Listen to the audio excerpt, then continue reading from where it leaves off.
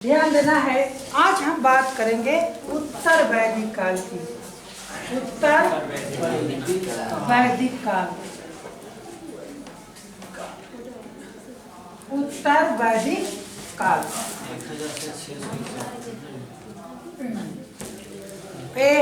उत्तर वैदिक काल की जानकारी कहाँ से प्राप्त होती है? तो कहेंगे उत्तर वैदिक काल की जानकारी जो है अन्य वेदों से प्राप्त होते हैं। कौन कौन सा वेद? सामवेद, यजुर्वेद और अथर्ववेद। इसके अलावा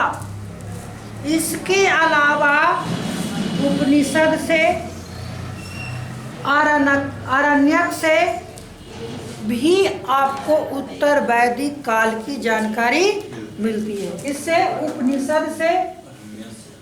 उपनिषद पढ़ाए है ना जी? कितना उपनिषद? 108। 18 गो पुराण है ना जी? तो कहेंगे उत्तर वैदिक काल की जानकारी सामवेद, अथर्ववेद, यजुर्वेद, आरण्यक और उपनिषदों से प्राप्त होते हैं।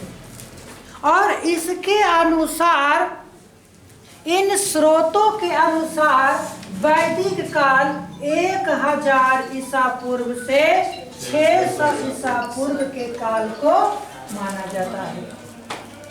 इन स्रोतों के आधार पर उत्तर वैदिक काल कब से कब तक? तो 1000 ईसा पूर्व से 600 ईसा पूर्व के काल को हम उत्तर वैदिक काल के अंतर्गत रखते हैं। अब हड़प्पा सभ्यता नहीं आएगा दिमाग में, बहुत दिन आ गया। अब ऋग वैदिक काल आएगा। तो कहेंगे कि आपको ये जो उत्तर वैदिक सभ्यता के लोग थे वो कहाँ पर अपनी आश्रय बनाए, कहाँ अपनी आश्रय बनाए। आपको बताए कि ऋग वैदिक काल में ये सप्त सैंधव प्रदेश में बसे, पंजाब के क्षेत्र में बसे और धीरे धीरे धीरे धीरे करके हरियाणा होते हुए, उत्तर प्रदेश होते हुए बिहार तक भी इसका प्रसार हो गया। कहेंगे कि आपको यहाँ पर उत्तर वैदिक काल का प्रमाण जो मिला है वो हरियाणा से मिला है, हरियाणा से मिला है, दिल्ली से मिला है, उत्तर प्रदेश से मिला है। इन सभी जगहों से उत्तर वैदिक कालीन स्थलों का पता चला है।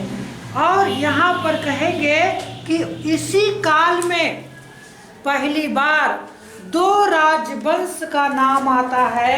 एक है मगध और दूसरा है अंग। मगध और अंग, जो बिहार का जो क्षेत्र है, खास करके नालंदा और शेखपुरा गया का जो क्षेत्र है वो मगध कहलाता था।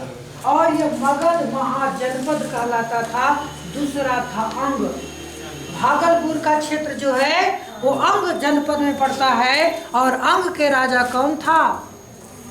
अंगराज कर्ण। महाभारत के अनुसार अंगराज कर्ण जो था वो कहाँ के राजा था?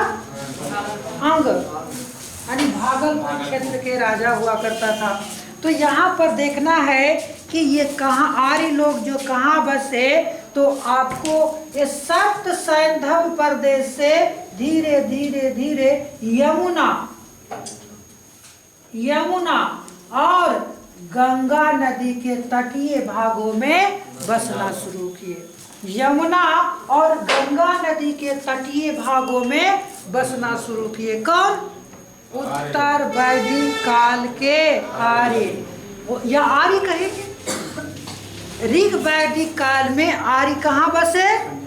पंजाब के क्षेत्र में। लेकिन धीरे धीरे धीरे धीरे वो कहाँ आते गए, तो यमुना और गंगा नदी के तट किनारे किनारे, तीरे तीरे, तीरे तीरे में समझता है, नदिया के तीरे तीरे यानी किनारे किनारे